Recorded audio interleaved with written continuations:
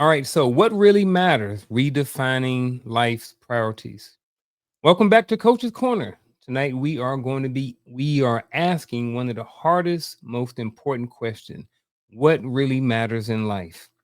We live in a world that's constantly pulling our attention in a thousand directions. Success has become the scoreboard, and busyness is a badge of honor for some. But when the noise quiets, when the phone stops buzzing, and when it's just you and your thought, what really matters? Sometimes we don't realize how far we've drifted from our true priorities until something shakes us, a loss, a change, a wake up call. Life has a way of reminding us that money fades, titles vanish, and followers disappear. But love, peace, and purpose last. What really matters isn't how much we accumulate, but how much we appreciate. It's not about being everywhere for everyone, but being fully present with the few that truly count. It's checking on your parents before checking your emails. It's laughing with your kids instead of scrolling through someone else's highlight reel. It's finding rest in the middle of the grind and realizing that you don't have to prove your worth. You just have to live it. When we realign our priorities with what really matters, life slows down in the best way. The conversations hit deeper, the goals feel purer, the days become intentional. What really matters isn't always loud or glamorous, it's often quiet, consistent, and rooted in love. Maybe the real success is living a life that your peace approves of. With that being said, when was the last time you slowed down long enough to ask yourself, am I living according to my values or just reacting to my schedule? Man, with that being said, here is our first. We're not gonna hit the question yet. We're gonna start off with the definition. So the first definition of this one is priorities. The things we decide hold the greatest importance in our life. The next one is values, core beliefs that guide decisions and behaviors. Legacy, what remains of your impact after you're gone. And margin, space in your life for what's meaningful, not just urgent. First question of the night is this: how do you personally define what's important in your life, coach? So, again, I ask you, how do you personally define what's important in your life? That first word, that word you had up there, the second word, values. Mm. That values define what's important to me.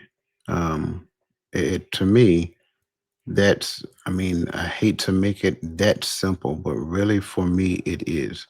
I think when you understand what your core beliefs are, when you focus on those things and those core beliefs define who you are, now you get to the point of being able to easily identify what's important. I was talking with somebody one day and they was like, it was about decision making. And I shared with them, it doesn't take me long to make a decision. And they was like, wow. And I kind of shared that with them. And then one day they seen it in action. It's like, man, you're right. It doesn't take you long to make a decision. It really does not. In fact, if I am taking my time with making a decision, it's 9 times out of 10, it's because I want to say no, but I'm actually researching a reason why no is not the optimal answer, not just for me, but for the people I know, love, and care about. So when it comes down to what is important to me, it's based upon my values, which ultimately equate to my core beliefs. I like that you went there. So I'm going to add to that. I remember, I think this was before Coach's Corner. It was before Hearts of Men. So I think it probably was around Elevated Dialogue. So if y'all don't know Elevated Dialogue, there was a show I had back on my channel a couple of years ago. And I remember asking you, paraphrasing something to the fact that how do what's a priority or what you should be doing? And you pretty much said, if it lines up with, whatever my priorities are. I think it may have been like my purpose, or so I don't remember the exact word, but I'm kind of paraphrasing. But you was like, pretty much, as long as it lines up with this. So, when I started all these shows and stuff like that, I had a mission statement, I had a vision statement, I had all these different things. And you pretty much was like, if it lines up with these mission statements and vision statements and my purpose, I think it might have been more so purpose, Mhm. then that's where I'm doing what I'm supposed to be doing. And if it don't line up with my purpose, then maybe I shouldn't be doing it, but it more so with the question was, how do I know if I should be doing this versus doing that? Right. So even back then, I still remember that, and I still apply that today. Sometimes I'm thinking about, man, should I do this or should I do that? And I go back to a coach was like, hey, does it line up with my priorities, or does it line up with my purpose? And if it lines up with my purpose, then it's easy for me to make the decision because it lines up. And if it don't line up, then it's easy for me to make a decision too, because I'm like, nah, that dog don't hunt over here. We're not doing that. So Yeah. I appreciate you for that. And that's something that is still actively used in my life to this point. Maybe I've heard it before. I don't know. But when me and you had that conversation, that's when it stuck. So I appreciate that. So back to the question, how do I personally define what's important in my life? It kind of goes back to what you were saying. What's important? What value does the thing that I'm talking about have in my life? Here's a water bottle. It has some value, but not as much. What have the value is what's inside of it, the water inside. That water is good for me. It keeps me hydrated. It keeps certain whatever water does. All the good stuff everybody knows. So that's something that's important to me. You know what I mean? So yeah, I can not. I definitely like the way you went with it. I really liked your answer with that. So I don't want to add too much to it. So I'm gonna move right on to the next question. All right. Um, again, not again. What areas of your life do men tend to neglect in chasing success? I specifically said men on purpose. Mhm. And only because I'm a man. You know what I mean? So what areas of life do you think that men tend to neglect in chasing success? Well, I'm going to avoid the easy answer, which I believe that everybody expect me to say, and that's family. That's Mm, the easy answer. That's if I can describe that and yeah. somebody's not going to like it, that's low hanging fruit. And why do I Mhm. call it low hanging fruit? Because it's something that's neglected before we get to family fulfillment, right? The issue with a lot of young people, and I say it that way, chasing success is that they chase success based upon a dollar, but they never look at defining success based upon what they were created to do. So goes back to the whole purpose thing now. If you do a thing and sure it makes money, but it doesn't fulfill you, then what you're going to find is that you're going to like you're working at the thing, but you're going to be working hard at the thing simply because it's not really fulfilling. You're going to just keep and it becomes more like busy work, if you will. And you've seen it. I've done it. You know what I'm saying? Not that you've seen me do it, but I'm sure you've seen other people do it. But I myself have done it. I got to go to work at this time. I get off at this time, and I'm constantly doing this, and I'm doing everything that pleases the job. But at some point, I'm not necessarily fulfilled. And if I'm not necessarily fulfilled, then the people that I'm around, I can't really give them something that I don't necessarily have in me at that particular moment in time. Now, is family part of that answer? Absolutely. But the reason why they end up neglecting family is because they feel they need to do a whole bunch of this over here, which ultimately equates to them being unfulfilled. And because they're unfulfilled, now it's hard for them to fill a role that they actually had a responsibility in doing. So it's a lot more into that I can say, but I think that's enough to get this question right here answered for at this point.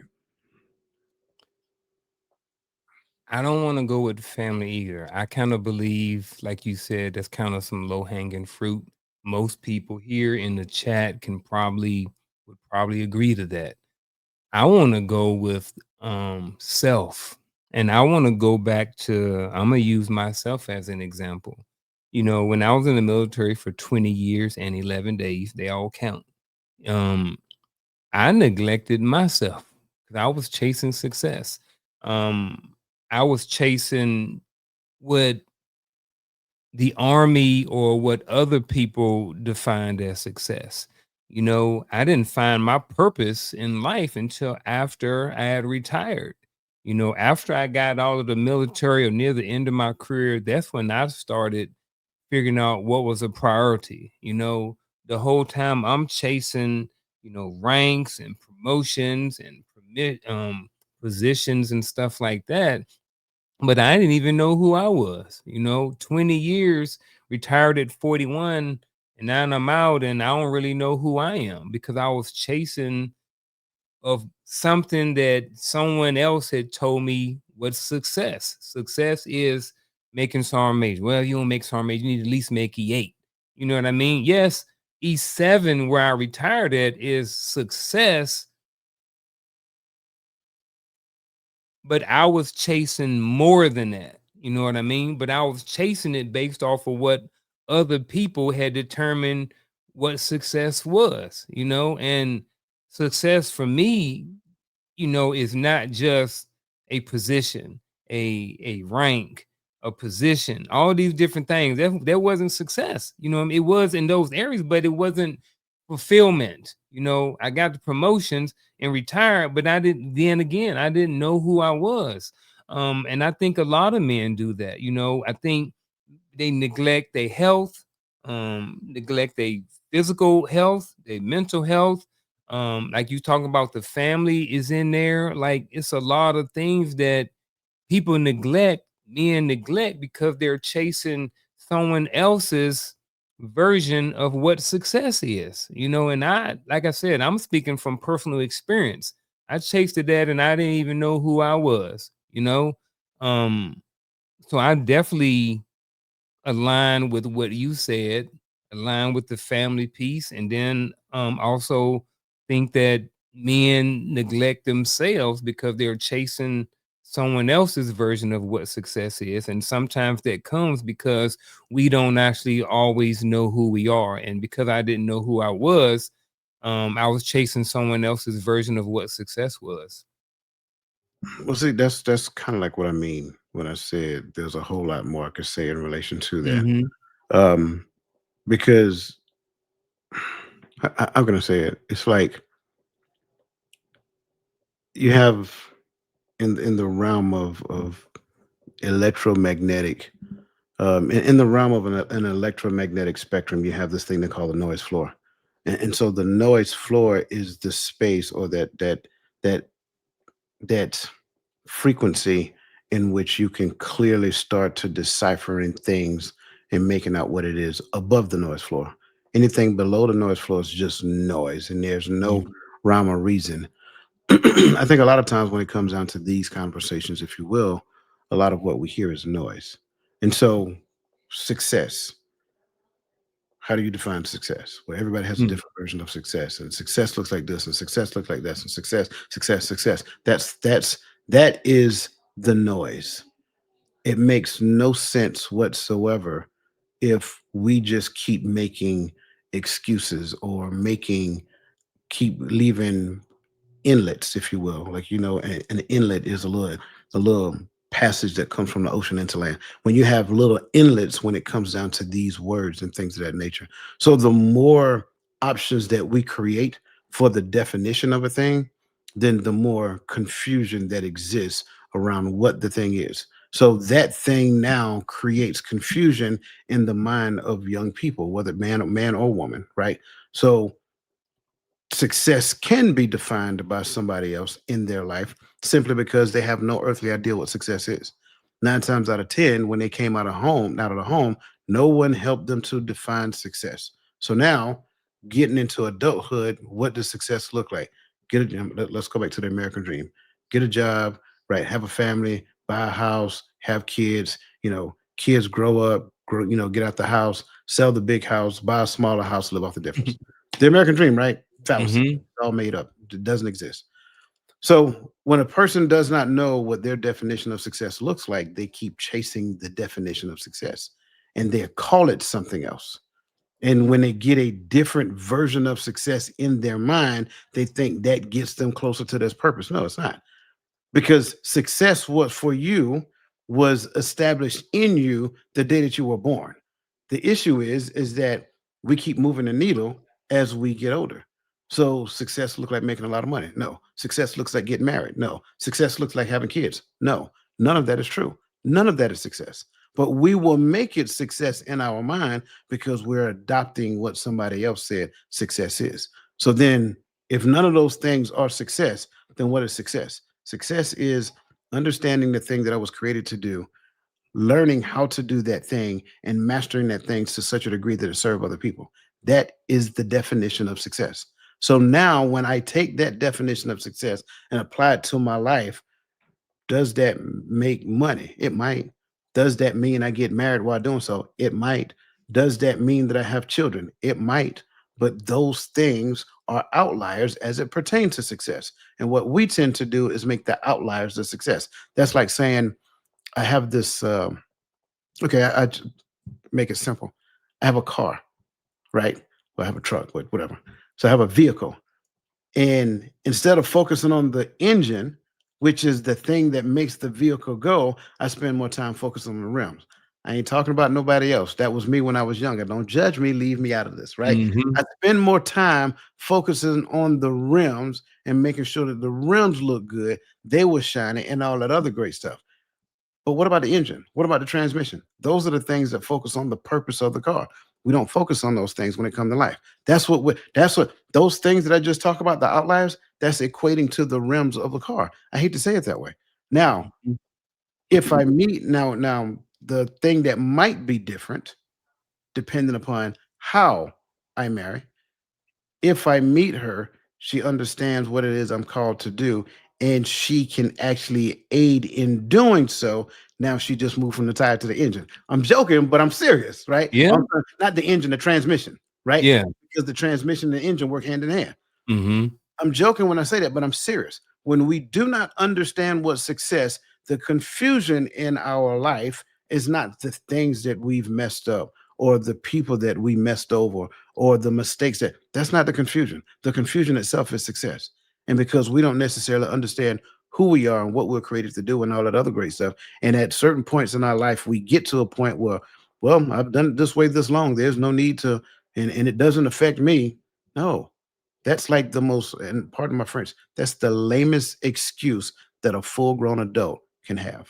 Mm, I like that. That was some good stuff. That was good.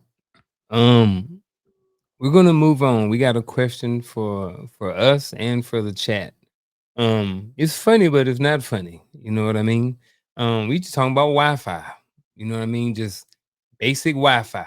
So, question for the chat. Please put in a response. You know what I mean? Just pick one of these things. Feel free to elaborate in the chat if you may. But this question is for us and the chat. When it comes to life priorities, is Wi-Fi a necessity, a luxury, or human right? Or feel free to add in your fourth. So is Wi-Fi a necessity, a luxury, or a human right? Is it, do I answer or it's only for them? No, you too. Us Okay. too. I just wanted to make sure. Yeah, it's both of us. It's Wi Fi. That's my answer. It's Wi Fi. That's it. I'm not trying to be funny. I'm being for real. Like, Yeah. it's Wi Fi. It's not a Hmm. necessity. It's not a luxury, nor is it a human right. It's Wi Fi. Hmm. Yep. I agree. I don't think it's I don't think it's none of those. No.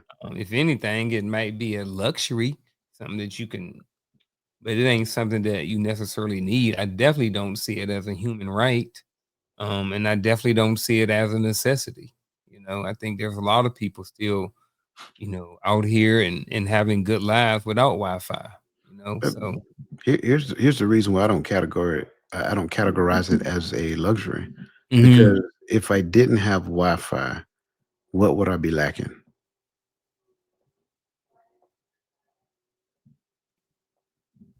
For those of you out there who said I wouldn't be able to do this, that's wrong. I'm actually hardwired into my router. So Me too. that's not an answer. Yeah. And the reason why Yeah. I ask that, because we have these things here. Hmm. Wi-Fi is different than cell phone signal. Yeah. I don't use my Wi-Fi. I don't even have Wi-Fi on my. I got it on my phone, but I don't cut it on. Right. I got unlimited data. I don't need the Me, Wi-Fi. me too. So That's Yeah, why I I say I agree. can't categorize it as a luxury. Yeah. Yeah, that's true too. Yeah, not even a luxury. I think maybe at some point it may have been, I don't know. Sure. Um, but not the way technology has moved now. Nah, definitely. But some people say it's a human right. I don't think nobody now chats, but who knows? Who knows? Let's see. Um, We'll leave that alone. yeah, we're gonna leave it alone. Leave it alone. Would you rather then? Here we go. We're gonna got some would you rather questions. I didn't put them up here today, so I'm just gonna speak them out today.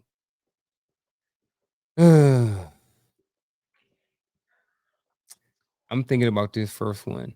Would you rather, coach? Would you rather see life 10 years ahead, 10 years ahead, or see life through someone else's eyes for a day?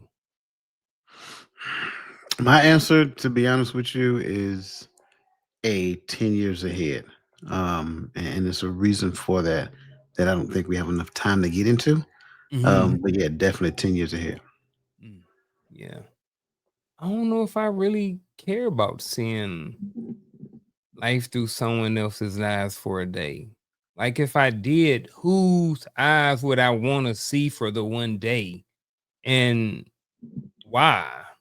Like, what would it do? It really wouldn't change anything because even still, I would only get that person's perspective for one day. You know what I mean? So I would go with, because I would have to pick one. Would you rather? I would go with the 10 years ahead as well. I will give you one snippet though. I Okay. think and it's not just a me thing, Mm-hmm. right? But I think we do. I think we do see life 10 years ahead. We just don't know it. Mm. And I won't limit it to just 10 years, but I do think we see life in the future. That's why I Yeah. said it's a long explanation, but yeah, Okay. Okay. Maybe one day I wanna know a little bit more about that, I think. Um, would you rather always be understood or always understand others? understand others. Same. Would you rather switch lives with your best friend or your toughest critic? Neither. Neither. Um, would you rather be judged fairly or never judged at all? Okay, I'll say never judge at all.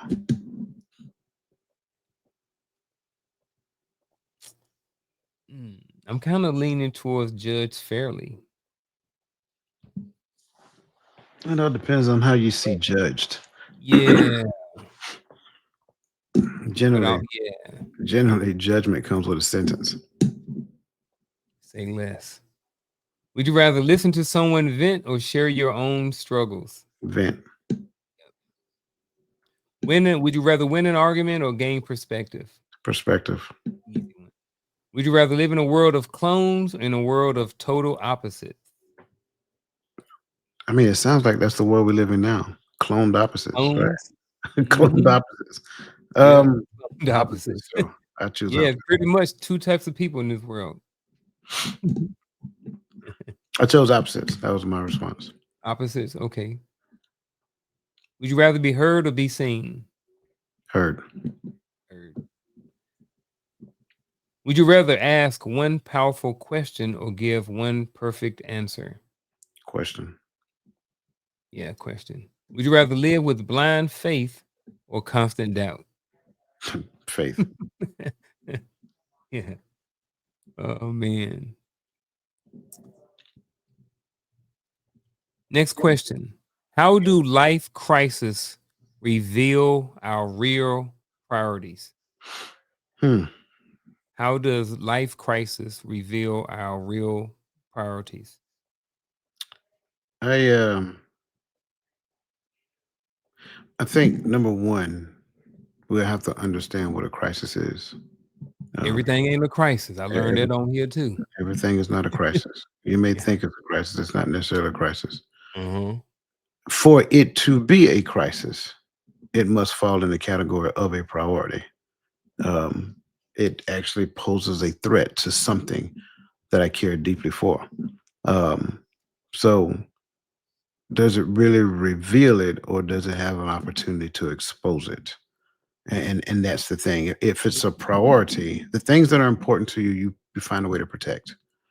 If it's a crisis, it will actually it has a high probability to breach the protective barriers. So it may not necessarily reveal the priority itself. It may reveal the shortcoming in my protective measures of those priorities. So when I stop and I think about it, you know, considering the crisis, considering, the degree of protection, our level of resiliency as it pertains to it, so forth and so on. And we see it every time, during hurricane season. Hurricane season come up, then people minds automatically get triggered. Do I have this? Do I have that? What if electricity go out? Do I have a chainsaw? Do I have all of these different things? Why? Because at the end of the day, you can't do anything against the hurricane. You can only respond to it. So, what would be your level of resiliency as it pertains to it? And then, in regards to it, what is my level of preparedness of it? So, I think a crisis exposes all of those things, not necessarily reveal the priorities. It reveals my shortcomings in the protective nature of those priorities.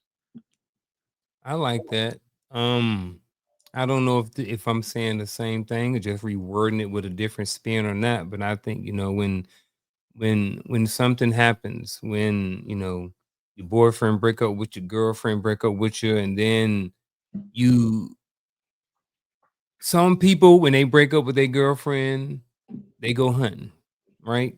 Some people call Big Mama. You know what I'm saying? Some people start going to the gym and start working out.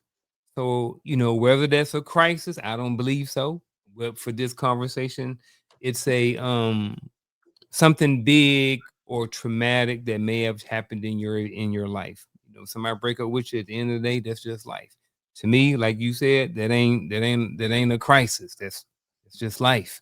But I think when you have these things that come about sometimes, I think people, what they go to initially sometimes kind of reveals where their priority is. When I break up with my girl and, actually pause. I don't even know. I'm starting to rethink all of this now because here's the deal. I've known people, they break up with a person, and the first thing they do is, you know, they get in the gym and they start working out and they trying to get handsome or they trying to get cute again. You know what I mean? But that really wasn't their priority, or was it? I don't think it was, because if you wasn't doing this for the last 6 years that y'all was together, and then now and all of a sudden y'all broke up, and then now and all of a sudden you want to hit the gym, I don't know if that's your real priority. So now I'm thinking back to what you were saying, it goes back to that lack of. So I don't even know what my answer is anymore because I was thinking it was one way, but midway through I started thinking something totally different. in, Um, in the example you were given, you gotta, to this question, you gotta go back and identify what was that person's priority. Was mhm. it that person that they were in relationship with? Was that the priority, or was it how that person made them feel? Because in most cases, the real answer is B. That's Mhm. how these other coping mechanisms come into play. What are the coping mechanisms? Going to the gym, as you say, go hunting, whatever the thing that you did to Mhm. pacify how you're feeling in that particular moment. That's the preponderance of reality. That's not everybody's reality, right? But when that person, and this is the catch, if that person is the priority, then why did the relationship end? Mm. That's true too. Which goes back to another point that I was making earlier in the beginning when you asked about men and success. Mhm. One of the metrics of success is marrying right. You gotta marry right. And it sounds bad. I know it sounds bad because Mhm. now people start looking at, well, who determines right? The person who's getting married. Mhm. Yeah. Yeah, I like that. Um,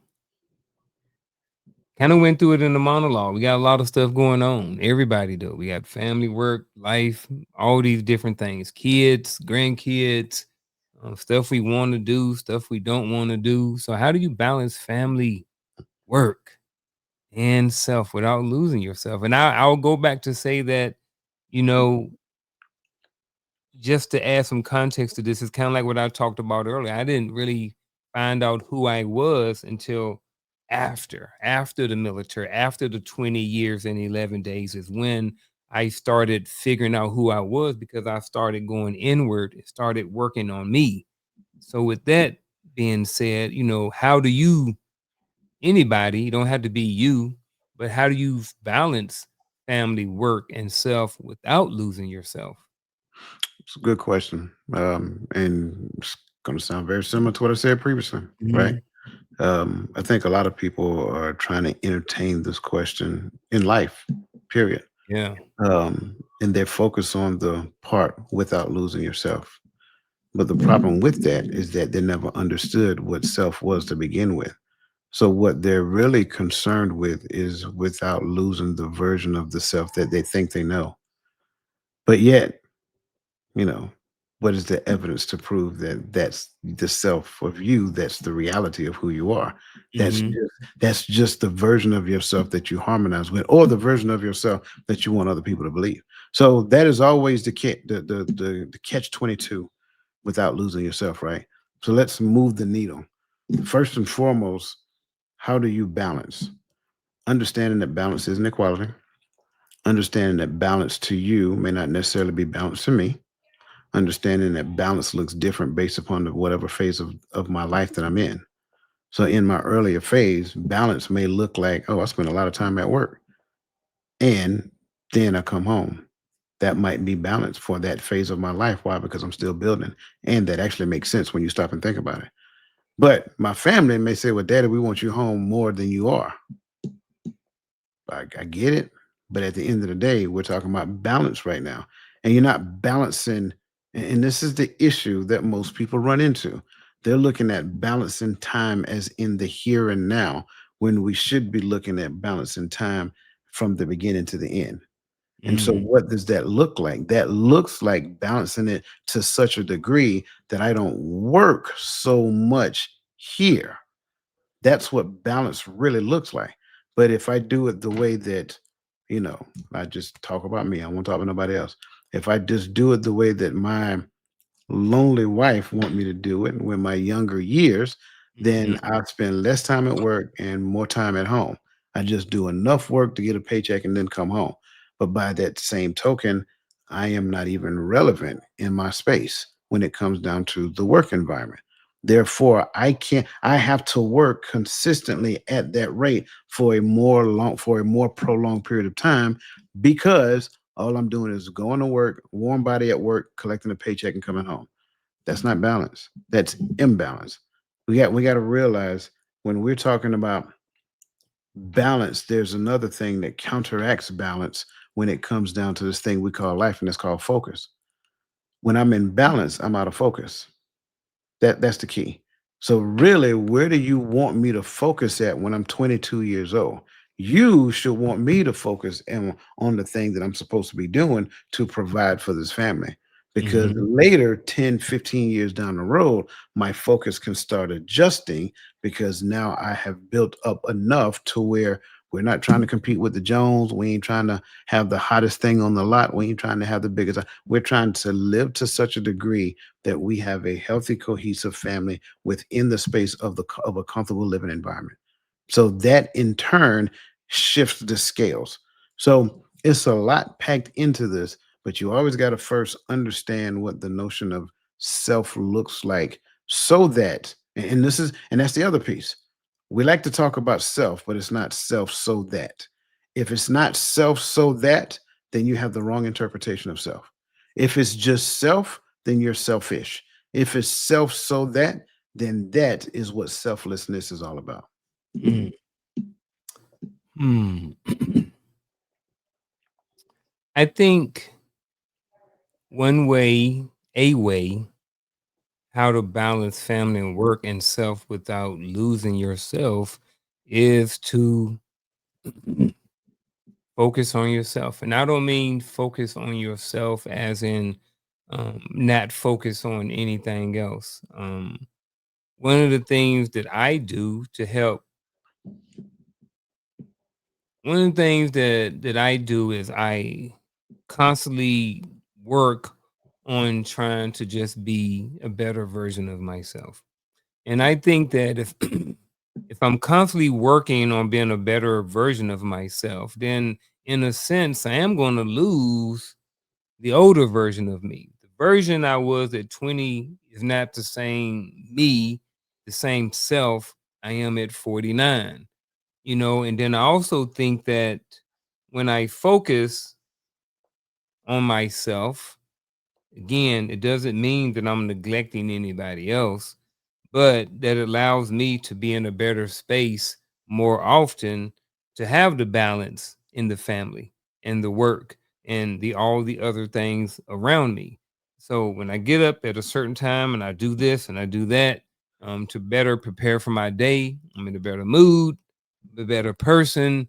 And now I because of I know who I am, and because I'm a better person, I'm a better self, and I know who I am, and I'm not really worried about necessarily losing myself. I think what happens sometimes, like I didn't have no balance back in the day. I was work, work, work, work, work, and I get to the family later. Maybe that's where I should have been at the same time. But I didn't lose myself. I never knew who I was. And it was because I had imbalance in the home, I had imbalance at work.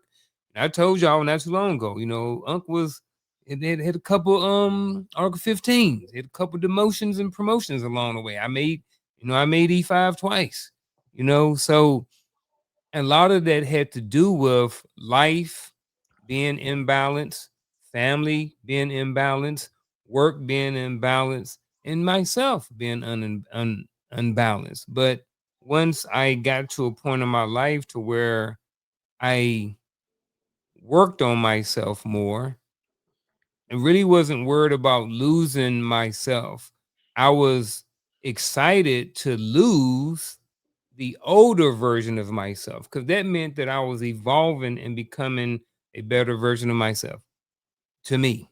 You know what I'm saying? And that has allowed me to have more balance in my family and in my work because now I know I've come to a point to where I understand and what my priorities are in life. And because at some point I didn't know what my priorities were because I didn't know who I was. Now that I know who I am, my priorities, certain things we don't do, certain things we don't say, certain things we don't watch. You know what I'm saying? So now I don't necessarily focus on not losing myself. Not I actually look forward to the versions of myself that I'm going to become. It's like, man, I know this, I know this. I learned this about myself. I tighten this up, micro adjustments, all these different things. My balance and my family, work, and everything else kind of benefits from me, pursuing a better version of myself. At least in my head. That's how I see it. Um, Ready for rapid fire?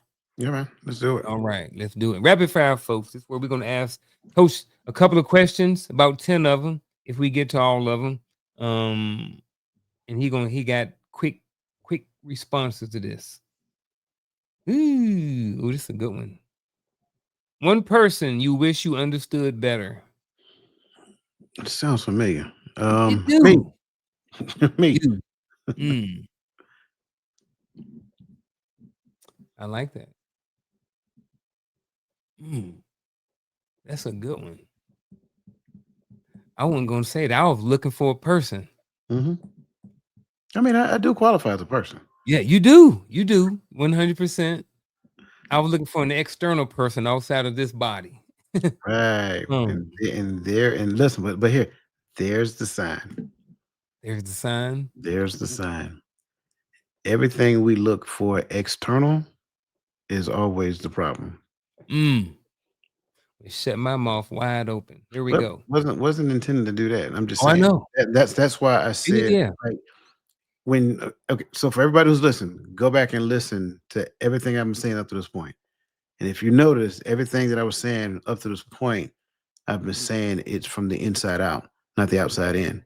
So even when I go back, and I know it's supposed to be rapid fire, and I'm giving a long explanation, I Don't apologize do it. for that. But even when you look at some of the things that I've been through in my life, it took me a minute to realize that, but it was because of the inside out, not so much the outside in. The outside in, the outside only revealed to me what I was dealing with on the inside. Now, somebody just in their mind was, oh, they had some trauma. No, stop it. Stop trying to diagnose and listen and learn something. It has nothing to do with any of these things that people are projecting over the internet, whatever the case may be. You can't see a thing until you focus on the thing that you see. If you got it, you got it. You can't see a thing unless you focus on the thing that you see. But everything with around you is present all at the exact same time. So the only reason you see the thing that you're looking at is because you're focusing on that thing. Clip it, folks. Clip that joker up. Go back and clip.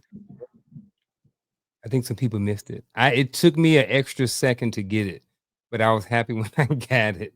It was yeah, I like that one. A perspective that recently surprised you.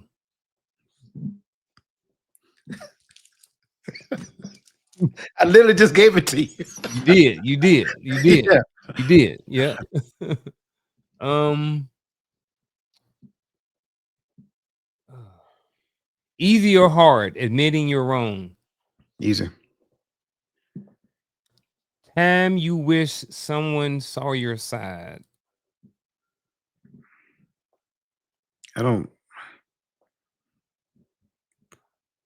I don't think I can think of one because back then I didn't care whether you Mhm. see my side or not.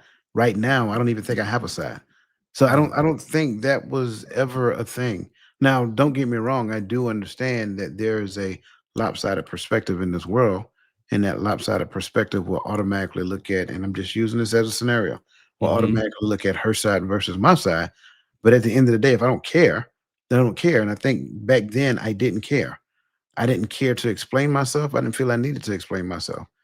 But if anybody ever came and asked me a question, I would give them the answer to the question that they asked, as long as it wasn't a messy question. But now I mhm. don't think I have a side. The only side that I see right now is the side of righteousness, and that's the only side I care about. Mm. I got one more. We ain't doing all 10 of them. Do you prefer listening or speaking? Listen, I I prefer listening. I want to be more of a listener, but I think I do more speaking than listen. I know I do because that is something that I'm still working on. I want to be more of a listener. It is a struggle for me sometimes. Um, I understand that I'm still growing in that area.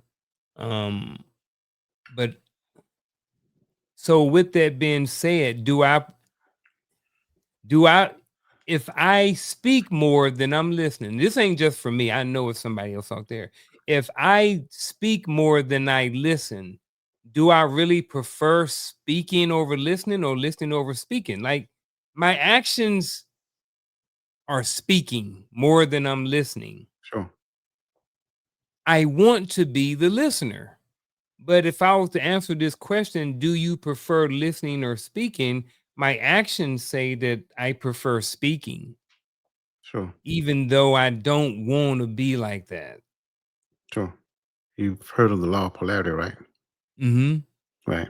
And the law of polarity pretty much says that there are polar opposites. So if you are the speaker, that means that the listener exists. Mm, say less. Sheesh. Um, Them yeah, facial expressions are priceless. I'm getting it today, brother. I'm learning today. I'm getting mind blown moments today. So and I'm thankful for that. Shout out, shout out. Yes. Shout out to Crystal. That's All all day. I'm That's saying. mindset in motion. All day. Um I know the answer is yes, probably for you. Can busyness disguise itself as importance? Sure. I Mm. think the true question is why. Ooh, yeah. Yeah. The question is for that person that is using busyness to feel important. The question is why? Why did that person do that? Are they using business to feel them busyness to feel important because they want other people to think that they're important? Or is it because they're lacking something that stems from their past? But the answer to this question is absolutely. Can it? It absolutely can. And Yeah. a lot of times we confuse busyness with being in business. They don't they Mhm. don't they don't equal. I'm working through this. I've seen myself grow. A couple years ago, boy, your boy had 15 checklists around here every day. Come home, check the emails, check this, post this, write this. You know what I mean? And every day I was coming in and I was like a robot sitting at the computer for hours, checking off my list, looking busy. Then I was like, "Well, what's my priority? What else could I be doing with my time? I'm coming in every single day. Do I need to check this every single day? Do I need to check these emails every day?" You know what I mean? I Right. started adjusting, and I'm still I've definitely seen a lot of growth in me because now it's a lot easier for me to don't even come in the office on certain days. Now, don't even look at the checklist or whatever. I don't really have a big checklist like I used to, Mhm. but I can definitely say that this is one area of my life that I have grown in because, I was the checklisting this person out there, but was I really accomplishing anything? Was I really doing anything? You know what I mean? It really everything can't be a priority. You know what I'm saying? But yeah, short answer, yes. Yeah. Yeah. I was gonna say something, but that's not what this is about. So yeah, we'll keep Okay. pressing. You sure? Yeah. Yeah. All right. All right. Um, we got a couple of scenarios. Mm, I'm trying to see. I'm gonna do both of them. A man builds wealth but loses connection with his kids. What next? He married a single. Ooh, let's say married. Get a divorce. Mm. Yeesh. Somebody like, man, he went to the extreme. Yeah, No, I'm joking, but serious, but joking. yeah, Um, It depends on so there's so many variables to this yeah. statement. What age is this young man? How old are the kids? Whatever the case may be. You can't just take, and I'm not talking to you, I'm talking to people who are Mhm. listening. You can't just take a blanket statement, apply your assumptions to that statement, and then draw a conclusion because there are way too many variables to consider. If Mhm. he is young and he loses connections with his kids, like I think there's some things that need to be understood that they did not understand about family dynamics when it comes down to it before they started building families. Like these are some things that they needed to understand before they got into creating kids together. So that's my first inclination. Second inclination, if he is an older man, like repair it, reach out to them, try to talk to them. They may not be receptive, or they may be receptive, they may not be receptive. If they are receptive, great. You can't make up for lost time. The only thing you can do is make them, make the time that you now have, make it quality time, make it valuable time. If they're not receptive, again, make yourself available. Even if they're not receptive, continue to reach out, do what you can do. But at the end of the day, again, like I said, you can't make up for the past. You can only apologize for it and move forward. If they're going to accept it or not. Yeah, I think age and more context around this is definitely important, not just a blanket thing. Yeah, when you young, yeah, I get that, but like when you our age and you built that wealth, like bro, some people out there listen, like reach out, man, reach out to your kids, and because we talking about life's priorities, you know what I mean? Grandkids, all these different things, these relationships and stuff like that. Those things, those connections are very valuable and they're very important. um, Next scenario: a woman gives everything to her job until health breaks down. Go to her job and tell her to give it back. I mean, sorry, I'm I joking. mean, Again, another but statement, yeah, a lot of yeah. context. Is she married? Is she single? Mhm. Number one. Hopefully, Age. yeah, age matters. Hopefully, she got insurance. That is aiding in her health. What was she doing with the resources from her job to set the conditions for success in the future. Again, a lot of variables here, but I think the insurance thing will help her out here. And at the end of the day, stop giving everything to your job. Your job is not devoted, your job is not committed to you. So it's a blind commitment that you have to your job. This woman who health broke down, she got replaced instantly. Yep, exactly. Somebody was in her spot the next day, Yep. or something. Yeah, And I if it agree with wasn't and if it wasn't in her spot, it's probably because they said they no longer needed that job because, they can it that job, if we dissolve that position, it can save the company X amount of money over the next X, such years. you. Mhm. It's Yep, life. absolutely. Shoot, man. We had like 4 minutes left. If they can, how can someone avoid regret later in life? Now, and again, I've started with if they can. 'Cause I don't necessarily want to assume that someone can avoid regret later in life. But in your opinion or your response to this, how can someone avoid regret later in life? By recognizing that there's a power bigger than them at work.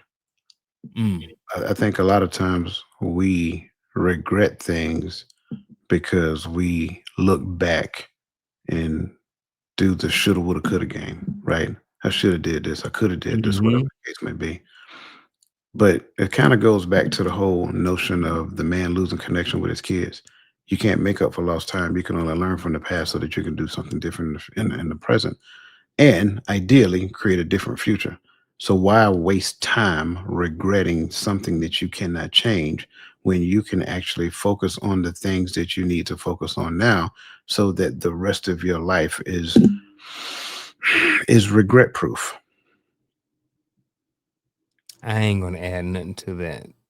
That answer was solid on its own. Um, so I'm gonna go to the next question with that.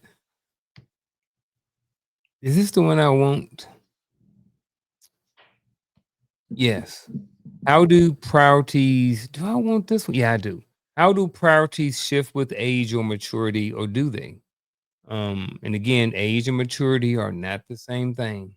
I know a whole bunch of immature people in their 40s and 50s. So I started giving some of this earlier. Um, I think in order for priorities to be authentic priorities, number one, you have to understand what you were created to do. I think a lot of times what some people call priorities are merely wants. Um, I think a lot of times we got to look at what a priority, and this is just what I believe. I can't speak for Mhm. anybody else, but I believe wholeheartedly if it is a true priority, it serves somebody else other than yourself. That's how I So, see it. like, does this go back to like the house, the wife, the job, all of these, the spouse, all of these different things like that? Sure, Um, yeah. but I think we have to look at primary and secondary, right, and tertiary. So if I look at a thing and the primary beneficiary of the thing is me, that's not a priority. That's a want, right? Mm. I'm sorry, correction. I said it backwards. If the primary beneficiary is somebody else, then that's a priority, right? If the secondary beneficiary is me, that's okay, right? Because a lot of times when you get older and you get more mature, you get a lot of fulfillment through the happiness of the people that you serve. That's okay. There's nothing wrong with that. But if the primary beneficiary of a priority that I have is me, that's a want. That's not a priority. I want that to be a priority. And what I'm going to do is I am going to set the conditions to where I will say that I do this so that this. Oh no, that's not a priority. That's how you want to do it. Mhm. You see what I'm saying? That's the Yep. difference. I wanted to go that route, but then what happens to these people out here? Well, it sets the conditions for them to say, "Well, I'm not that important. I don't feel like you're in this relationship. You spend, whatever." Now, we're talking survival things. That's something totally different. And again, I got to say that because I know somebody say, "Well, didn't the same thing apply to a job?" No, a job is for survival. If we're talking survival thing, that's something totally different. So when we look at priorities, now those priorities shift with age and maturity. Why? Because they have shifted. Let me say it again. The people that I'm serving have shifted. What does that Mhm. really mean? They no longer need the priority that I provided in the beginning at this stage in their life. So let's go back to make it simple the wife and kids, right? Generally, we serve kids at the level of their age. But when kids get older and become more mature, like teenagers, we don't serve them the same way we served them when they was younger. So is it a priority to, I don't know, go to Disney World at the age of 17? Probably not. But Mhm. again, all kids, I know we like to say our kids are different, and your Mhm. child at the age of 17 may still want to go to Disney World. My child at the age of 17 want a car. So that's what they're focused on. So Mhm. service, so me serving them looks different. Therefore, my priorities look different now as a husband and as a father, right? Earlier in the marriage, our priorities might have been something along the lines of jackrabbits. Y'all know what I'm talking about. Read between the Mhm. lines. Mhm. When Yep. you're married 20, 30, 40 years, you ain't jackrabbiting no more. You Mhm. having you're having mature adult conversations. You're more fulfilling in each other life. Like your energies are so connected to such a degree that you're not only completing each other's sentences, you're also knowing what the other person like, dislike, want, and desire without even having to ask them a question. Now you started building that back here, hopefully, if that was the case. So when we start talking about how do they change because we have gotten so in tune with, like I said, about regret. We have gotten so in tune with the fact that there's a power greater than me at work that that I understand at my level that I am a servant just to everybody that I'm around. So it's not that I'm doing it for me, that's self-serving. If I'm doing it for me, initial my primary priority, if it's for me, then it is for me. It don't matter how I construct the story afterwards. It is without a doubt for me. And in some cases, that's necessary. I'm not going to say otherwise. Is it necessary for me to sit down and read? Yes, that is for me. Me reading serves nobody else. I don't care what nobody tells you. You're kidding yourself when you say it otherwise, right? However, me sitting down at the dinner table, talking to the people at the dinner table, I'm not sitting there looking to be the primary communicator at the dinner table. I am looking to learn what's going on in the life of the people in at that dinner table. That's how priorities shift. That's what I believe priority is all about. It is a shift that recognizes in my immature state, I focused on me. In my less immature state, I focus on the people that I serve. Own it, brother. Um, whatever I was gonna say as you was talking and I was thinking about it, it was lining right up with whatever you were saying. Um, definitely not in the way that you put it out, but yeah, I get all of that. When we were young, these things were the priority. When we were immature, certain things were priority. We talked about it all the time when we was young, bro. It's like, bro, let's get in the gym and let's lift the whole thing. Now, ain't nobody trying to lift the whole gym. Like, bro, that is not a priority. And even at the time, we made it a priority for whatever reason. But with maturity, age maybe, what became important in our lives were different. So I think sometimes, and I may be saying what you saying, things in our life changed and what's important changes. So whereas in the beginning, X, Y, and A, B, and C was important, where I'm at 49, X, Y, and Z is a lot more important. You know, Having a conversation with my sons is way more important. I try to reach out more now, because we are separated. So me having conversations and text messages and stuff with my sons are a lot, they're important. They were important then, but where I'm at right now, they're more important because now they're all out of the house. You know what I'm saying? So my priorities have shifted. Where now is I got a certain amount of time every day or a certain amount of time every week or every month. Some of that time now is spent making phone calls, texting, the people in my life, my small circle, and making sure that I sustain and maintain those relationships. Whereas sometime before, oh man, I ain't talked to coach in 3 days. Man, forget that joker. Now I'm just like, man, coach got stuff going on in his life. Coach got his own set of priorities. It's still important for me to maintain that relationship with him, but but however, I understand that he has other things going on in his life as well. So I like everything that you said. You said it so well. I hope I didn't do any injustice by adding my little 2 cents into what you said, but I definitely got everything that you were saying. Yeah, no, you good. You're good. Okay. With that being said, folks, it's time to wrap up this show. I apologize for going over a little bit longer. I think it was needed. I think this last point that Coach said was spot on. Actually, the last two were really spot on and just add the icing on to cake to everything that we talked about. But with that being said, man, you got any admin notes or anything else like that you want to share before we close out? Yeah, man. Busy week. The Hearts of Men on Friday night at 8 p.m. Make sure that you tune in on the Empowerment Perspective YouTube channel. Hmm.